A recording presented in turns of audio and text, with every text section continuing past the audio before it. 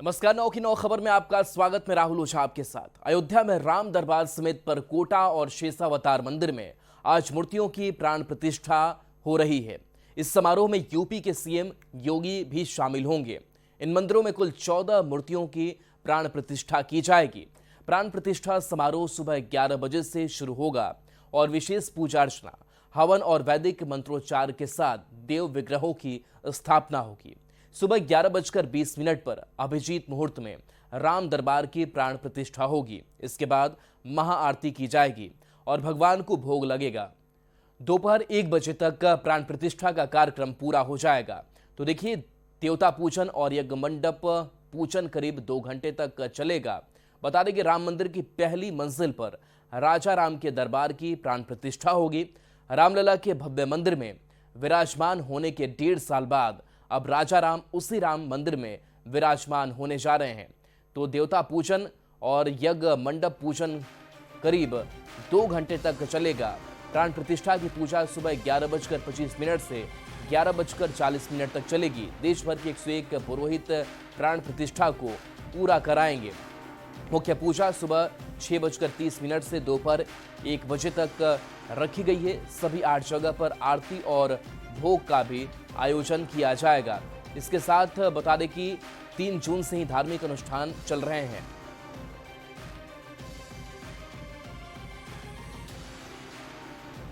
तो देखिए, राम दरबार की स्थापना और राम दरबार की जो भव्यता है वो तो देखने को मिल रही है, लेकिन इसके साथ साथ बता दें कि कई मूर्तियों की जो प्राण प्रतिष्ठा है वो भी लगातार चल रही है। और जो अयोध्या है वो राममय है। और बता दें कि आज योगी आदित्यनाथ भी मौजूद रहेंगे, यजमान के तौर पर मौजूद रहेंगे और वैदिक मंत्रोच्चार के साथ यह पूरी पूजा की प्रक्रिया, प्राण प्रतिष्ठा की प्रक्रिया पूरी की जाएगी।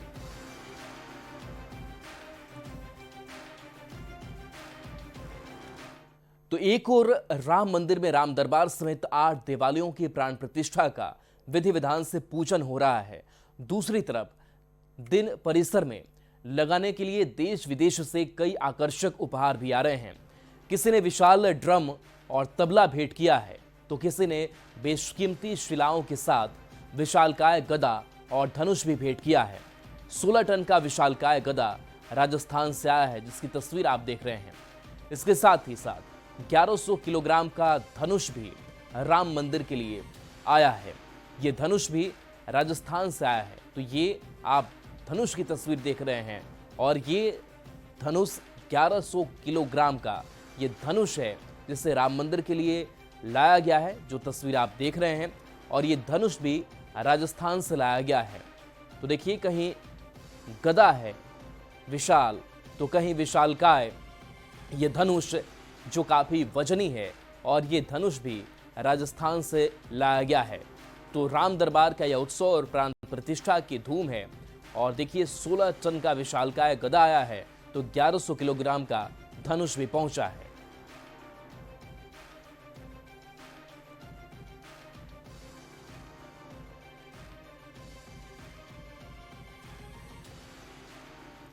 तो गंगा दशहरा पर श्रद्धालुओं में काफी उत्साह देखा जा रहा है। भागलपुर की बरारी सीढ़ी गंगा घाट पर आस्था का जनसैलाब उमड़ा है। काफी संख्या में लोग गंगा स्नान करने के लिए यहां पर पहुंचे हुए हैं। इस दौरान निगम प्रशासन लोगों की आस्था के साथ खिलवाड़ कर रहा है। गंगा घाट पर महिला श्रद्धालुओं के कपड़े बदलने की व्यवस्था नहीं है, जिससे खास करके महिलाओं को काफी परेशानी हो रही है। तो देखिए, ये तस्वीर आपको हम भागलपुर की दिखा रहे हैं, जहां भागलपुर के बरारी सीढ़ी गंगा घाट पर आस्था का जनसैलाब उमड़ा है। काफी संख्या में लोग गंगा स्नान करने के लिए पहुंचे हैं, लेकिन श्रद्धालुओं की शिकायत, खास करके महिलाओं की शिकायत है कि कोई चेंजिंग रूम नहीं है और ऐसे में उन्हें कपड़े बदलने में दिक्कत हो रही है। गंगा घाट पर महिला श्रद्धालुओं के लिए व्यवस्था कुछ खास दिखाई नहीं दे रही है। गंगा दशहरा है, ऐसे में भागलपुर के सभी गंगा घाट पर श्रद्धालुओं की भारी भीड़ देखी जा रही है।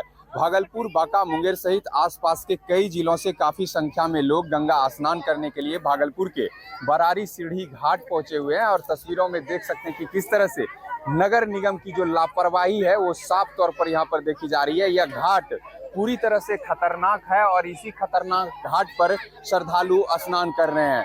खासकर गंगा घाट की साफ सफाई नहीं की गई है, चारों तरफ गंदगी फैला हुआ है और जलकुंभी के बीच श्रद्धालु साफ तौर पर स्नान करते हुए नजर आ रहे हैं।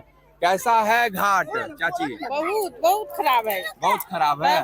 नहाने सोने में कितना दिक्कत होता है, गंदा भी है ऊपर से, सब कूड़ा हुआ है, देखो कितना कूड़ा है।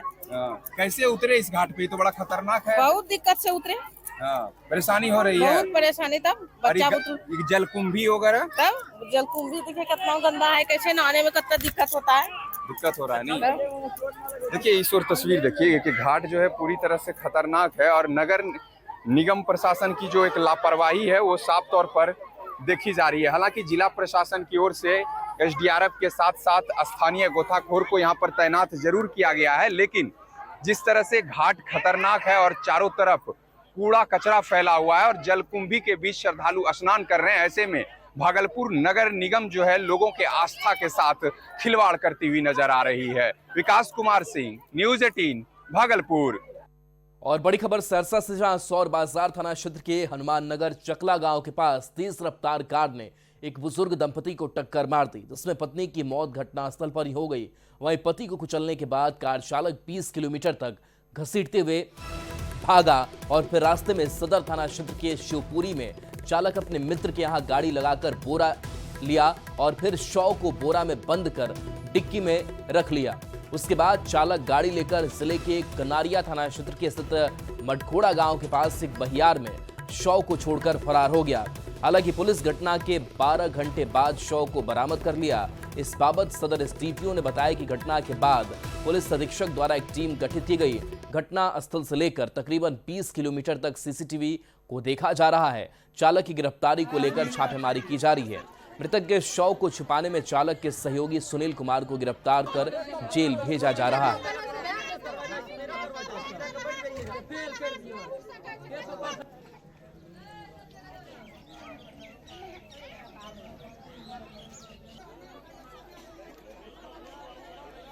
सहरसा के निर्देशानुसार मेरे नेतृत्व में एक टीम का गठन किया गया।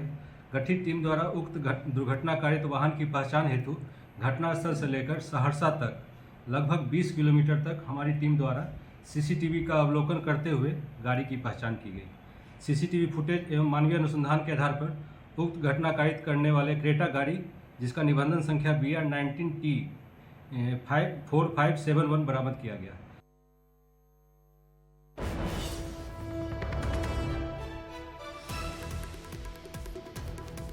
कुमार अनुभव हमारे साथ न्यूज़ 18 संवाददाता जुड़ गए हैं। कुमार अनुभव, 20 किलोमीटर तक शव को घसीटा जाता रहा, सीसीटीवी हालांकि खंगालने की बात हो रही, क्या कार्रवाई इस मामले में अब तक?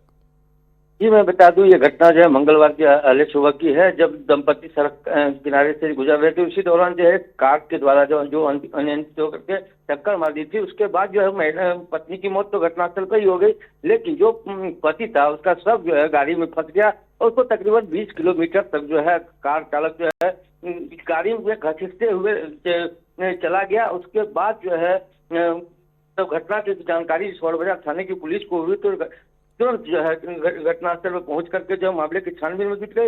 हालांकि जब तक कार का कुछ पता नहीं चला, लेकिन जब आरक्षी अधीक्षक के द्वारा जो है एक टीम जो है गठित की गई, गठित टीम के द्वारा जो है जब उस पर काम किया गया और सीसीटीवी फुटेज जो है तकरीबन 20 किलोमीटर तक खंगाला गया, उसमें देखा गया जो कार से किस तरह से जो है जख्मी को जो है जो मृतक था उसको लेकर के जो है 20 किलोमीटर तक जो है ज्यादा, इसी आधार पर पुलिस कार्रवाई करते हुए जो है कार की बरामदगी कर दी है। उसके बाद जो सहयोगी था ड्राइवर का, जो गाड़ी चला रहा था, उसका दोस्त जो उसको सब छुपाने में मदद किया था, उसकी गिरफ्तारी भी हो चुकी है। हालांकि अब तक जो है चालक जो है अब तक फिलहाल है, अब तक चालक की गिरफ्तारी नहीं हो पाई है। जी चलिए, शुक्रिया अनुभव इस अपडेट के लिए आपका।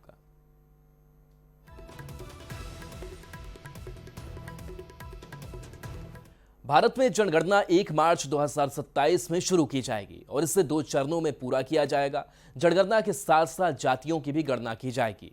केंद्र शासित प्रदेश लद्दाख और जम्मू कश्मीर, हिमाचल और उत्तराखंड जैसे बर्फीले राज्यों में अक्टूबर 2026 से जनगणना होगी। इस बार की जनगणना में जाति का कॉलम भी शामिल किया गया है।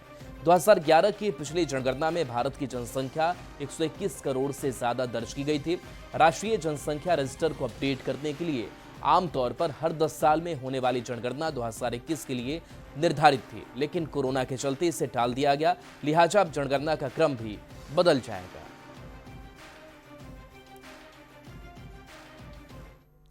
जातीय जनगणना के मुद्दे पर तेजस्वी यादव ने कहा कि बीजेपी के लोगों की मंशा ठीक नहीं है।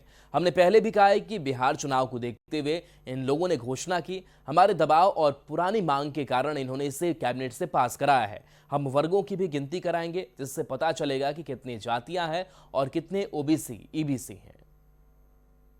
देखिए, इन लोगों की मंशा जो है वो ठीक नहीं है, और हम लोगों ने पहले भी कहा, तो बिहार चुनाव को देखते हुए इन लोगों ने जो है अनाउंस किया है, और हम लोगों का एक दबाव था। ये हम लोगों की जीत थी और हम लोगों की पुरानी मांग रही है, तब इनको जो है केवल जो है पास कैबिनेट से करना पड़ा है। लेकिन अभी कह रहे हैं 2 चरणों में होगी। हम तो कह रहे हैं जाति के साथ हम लोग वर्गों का भी करवाएंगे, कि आखिर पता चले कि कितनी जातियां हैं और कितने ओबीसी हैं, कितने ईबीसी हैं। वर्ग का भी जो है कॉलम जो है आना चाहिए। और जातीय जनगणना पर तेजस्वी के आरोप पर बीजेपी प्रदेश अध्यक्ष दिलीप जायसवाल ने कहा, नरेंद्र मोदी और नीतीश कुमार से जलते हैं तेजस्वी। जब नहीं हो रहा था तब भी दुखी थे, जब हो रहा है तब भी दुखी हैं। देखिए, जब नहीं हो तब उनको दुख है, जब हो तब उनको दुख है। तो आखिर वो चाहते क्या है? उनसे एक सवाल कीजिए कि जातीय गणना सेंसस के साथ अगर भारत सरकार और नरेंद्र मोदी जी की सरकार करा रही है, तो अब क्यों चिल्ला रहे हैं, चिल्पांव कर रहे हैं? ये उनके गिरते मानसिकता का परिचय है। नरेंद्र मोदी जी और नीतीश कुमार की लोकप्रियता से ईर्ष्या जलन का सवाल है। सीएम नीतीश कुमार आज दरभंगा दौरे पर आएंगे। सीएम शहीद सूरज नारायण सिंह की स्मृति सभा में शामिल होंगे। दरभंगा के डीएम और एसएसपी ने सभा स्थल का जायजा लिया। डीएम और एसएसपी ने सभी तरह की तैयारी पूरी होने की बात कही। साथ ही आयोजनकर्ता और पूर्व सांसद आनंद मोहन ने शहीद सूरज नारायण सिंह को भारत रत्न देने की मांग की। साथ ही उन्होंने शहीद की जीवनी को स्कूली पाठ्यक्रम में शामिल करने की भी मांग उठाई है। कि उनको राज्य सरकार भारत रत्न की अनुशंसा करे। दूसरा कि उनके जीवन चरित्र को पाठ्यक्रमों में शामिल किया जाए, ताकि आने वाली संततियां उनसे प्रेरणा ले पाए। स्पीकर तत्कालीन गुलाम सरवर जी ने अनाउंस किया था कि इसका नाम शहीद सूरज नारायण सिंह स्टेडियम होगा, आज तक नहीं हुआ। उन्होंने दूसरी घोषणा की थी कि ललित नारायण मिथिला विश्वविद्यालय में शहीद सूरज नारायण सिंह चेयर की स्थापना होगी, वो भी नहीं हुआ। हम इन दोनों मांगों को भी उसमें जोड़ते हैं। और 5वां है कि किसी मुख्य चौराहे पर दरभंगा के सूरज बाबू की प्रतिमा लगे, इसलिए कि ये उनका कर्म क्षेत्र रहा है। माननीय मुख्यमंत्री जी का संभावित कार्यक्रम कल यहाँ पे दरभंगा जिला में प्रस्तावित है, और पोलो ग्राउंड में कार्यक्रम होगा। इसके लिए सारी व्यवस्था हम लोग कर लिए हैं, और हेलीपैड के जो हम लोग डीएमसीएच के मैदान में होगा, वहाँ से बाय रोड यहाँ पे लाएंगे और कार्यक्रम करके यहाँ पे प्रस्थान यहीं से उसी हेलीपैड से होगा।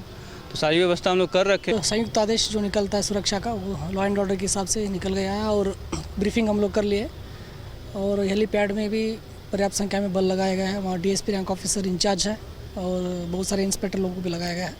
और उसके अलावा रूट लाइन में भी फोर्स रहेगा। यहाँ सभा स्थल में भी हम लोग पुलिस पदाधिकारी, दंडाधिकारी लगा रहे हैं। और उसके अलावा हम लोग क्यूआरटी रखे हुए हैं, दंगा पार्टी है, और पर्याप्त संख्या में बल है। सुरक्षा का पुख्ता इंतजाम रहेगा। यहाँ सीसीटीवी हम लोग लगा रहे हैं।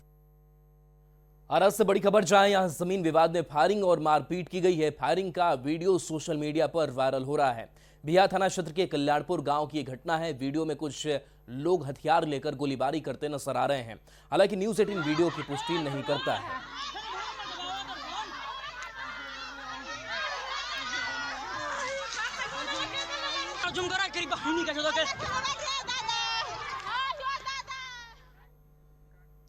छपरा के निबंधन कार्यालय में शॉर्ट सर्किट से आग लग गई थी, जिसके कारण 2 दिनों से यहां कामकाज बाधित है। अगलगी की घटना का एक वीडियो सामने आया है, जिसमें सर्किट हाउस के स्विच रूम में बिजली के तारों में आग लगते देखा जा सकता है। इस घटना में निबंधन कार्यालय को ज्यादा नुकसान नहीं हुआ, लेकिन बिजली का वायरिंग जलने के कारण यहां कामकाज रुका हुआ है।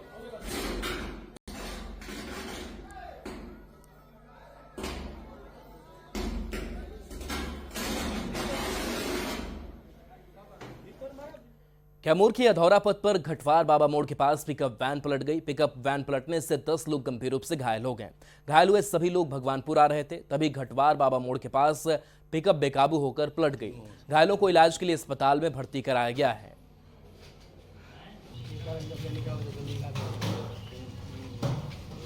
शांति समिति की बैठक था।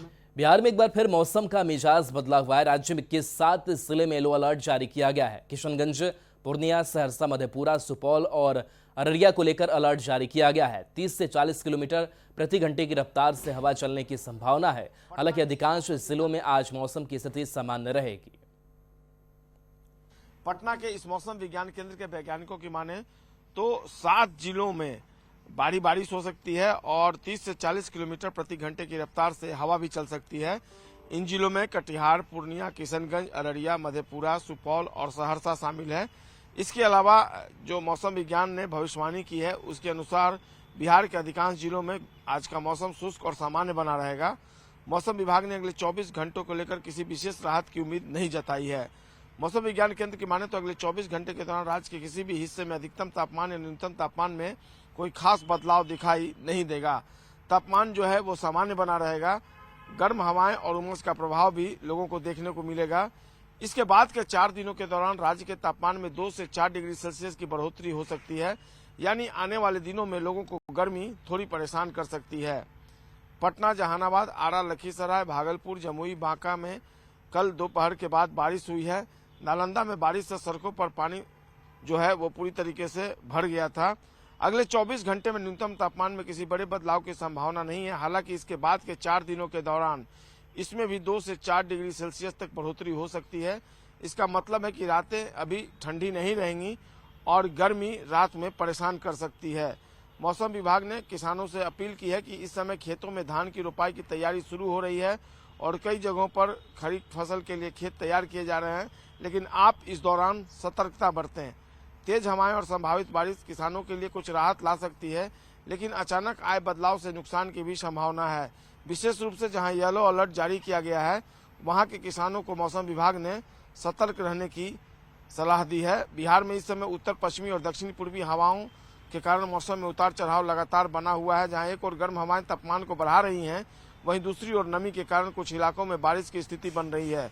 अगले सप्ताह से मानसून के शुरुआती संकेत भी मिलने शुरू हो गए हैं, यानी अभी कुछ दिनों तक मौसम जो है वो अपनी तल्खी का एहसास जरूर कराएगा और जब मानसून के संकेत मिलने लगेंगे तब। भागलपुर के कई हिस्सों में आंधी और बारिश के बाद मौसम सुहाना हो गया है। मौसम के बदलने से लोगों को गर्मी से राहत मिली है, लेकिन ग्रामीण क्षेत्र में मक्का और मूंग के साथ आम के फसलों को काफी नुकसान पहुंचा है। मौसम विभाग ने भागलपुर, बांका, मुंगेर और आसपास के जिलों में बारिश और ठनका का ऑरेंज अलर्ट जारी किया है। देर रात भागलपुर के कई इलाकों में हुई जोरदार बारिश और आंधी के बाद सुबह सुबह मौसम पूरी तरह से सुहाना हो गया है। मौसम के मिजाज बदलने से लोगों को गर्मी से राहत जरूर मिली है, लेकिन जिस तरह से खासकर ग्रामीण इलाकों में तेज आंधी के साथ बारिश हुई है, तो ऐसे में खासकर मक्का के तैयार फसल को और मूंग के फसल को खासा नुकसान पहुंचा है। हालांकि मौसम के सुहाना हो जाने से लोगों की दिनचर्या थोड़ी आसान हो गई है, लोग आराम से आना जाना कर रहे हैं। मौसम कैसा है आज का? मौसम तो सुहाना हो गया है। वर्षा होने के कारण उमस जो थी वो कम हो गया है, लेकिन गर्मी बहुत कम हुई है। लेकिन यहाँ जो भागलपुर शहर में ये जो बिजली विभाग है, इनकी कारनामा है कि थोड़े से हवा के बाद बिजली घंटों घूम रही और पूरे शहर की नारकीय स्थिति हो गई है। जल जमा हो गया है। ये बहुत बिजली बाधित हो गई थी। बिजली बाधित हो गई। नगर निगम की सफाई नकारा के कारण जल जमा हो गया। लोगों को आने जाने में कठिनाई हो रही है, लेकिन मौसम खुशनुमा है। ये ईश्वर का बहुत अच्छा प्रभाव है। जो मौसम, क्या नाम हुआ आपका? शशि शंकर राय, जिला कार्य समिति सदस्य। चलिए, जिस तरह से लगातार जिले में गर्मी पड़ रही थी, तो अचानक मौसम का मिजाज बदला है और लोगों को गर्मी से राहत मिली है। हालांकि बदलते मौसम ने राहत गर्मी से जरूर दी है, लेकिन ग्रामीण इलाकों में बारिश और आंधी आफत बनकर आई है। खासकर किसान को खासा नुकसान झेलना पड़ा है। विकास कुमार सिंह, न्यूज़ 18, भागलपुर। झारखंड में मौसम की बात करें तो यहां आज कई जिले में बारिश की संभावना जताई गई है। मौसम विभाग ने इसको लेकर अलर्ट जारी किया है। 6 और 7 जून को रांची सहित कई जिले में आंशिक बादल छाए रहने की संभावना है, जबकि 8 जून को बारिश की संभावना जताई जा रही है। मानसून को लेकर जल जमाव से निपटने को लेकर नगर निगम ने अब तक कुछ खास तैयारी नहीं की है।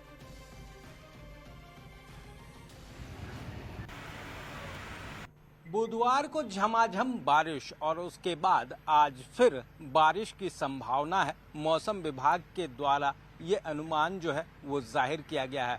राजधानी रांची समेत प्रदेश के पूर्वी हिस्सों में आज बारिश के आसार हैं। मौसम विभाग ने इसे लेकर अलर्ट जारी किया है। बता दें कि आज जो है वो दोपहर बाद जो बारिश की संभावना है वो जाहिर की गई है। वहीं सुबह से ही बादलों का डेरा जो है वो राजधानी के आसमानों में जाहिर तौर पर देखने को मिल रहा है। वहीं 6 और 7 जून की अगर बात की जाए तो मौसम विभाग के द्वारा बताया गया है कि 6 और 7 जून को भी जो बादलों का डेरा है वो आंशिक रूप से देखने को मिलेगा। तो वहीं 8 जून को फिर एक बार बारिश होगी। वहीं दूसरी तरफ अगर बात करें तो राजधानी रांची में जो बारिश को लेकर तैयारियां हैं उसके जो इंतजामात हैं वो माकूल नज़र नहीं आते हैं। जाहिर तौर पर यही वजह है कि राजधानी की सड़कों पर थोड़ी देर की ही बारिश में जो बारिश का पानी है वो बहने लगता है। सड़कें जो हैं वो तालाब बन जाती है। ऐसे में नगर निगम को भी अपनी तैयारियों को लेकर समीक्षा करने की ज़रूरत है ताकि शहर में इस तरह का जल जमाव जो है वो न हो। अब देखना होगा कि निगम इसे लेकर कितनी तैयारी कर पाता है, क्योंकि मानसून की दस्तक भी आहट जो है वो देखने को मिल रही है। रांची से कैमरामैन प्रभाकर के साथ ओम प्रकाश, न्यूज़ 18। और चलिए न्यूज़ 18 बिहार झारखंड पर खबरें आपके लिए लगातार जारी हैं।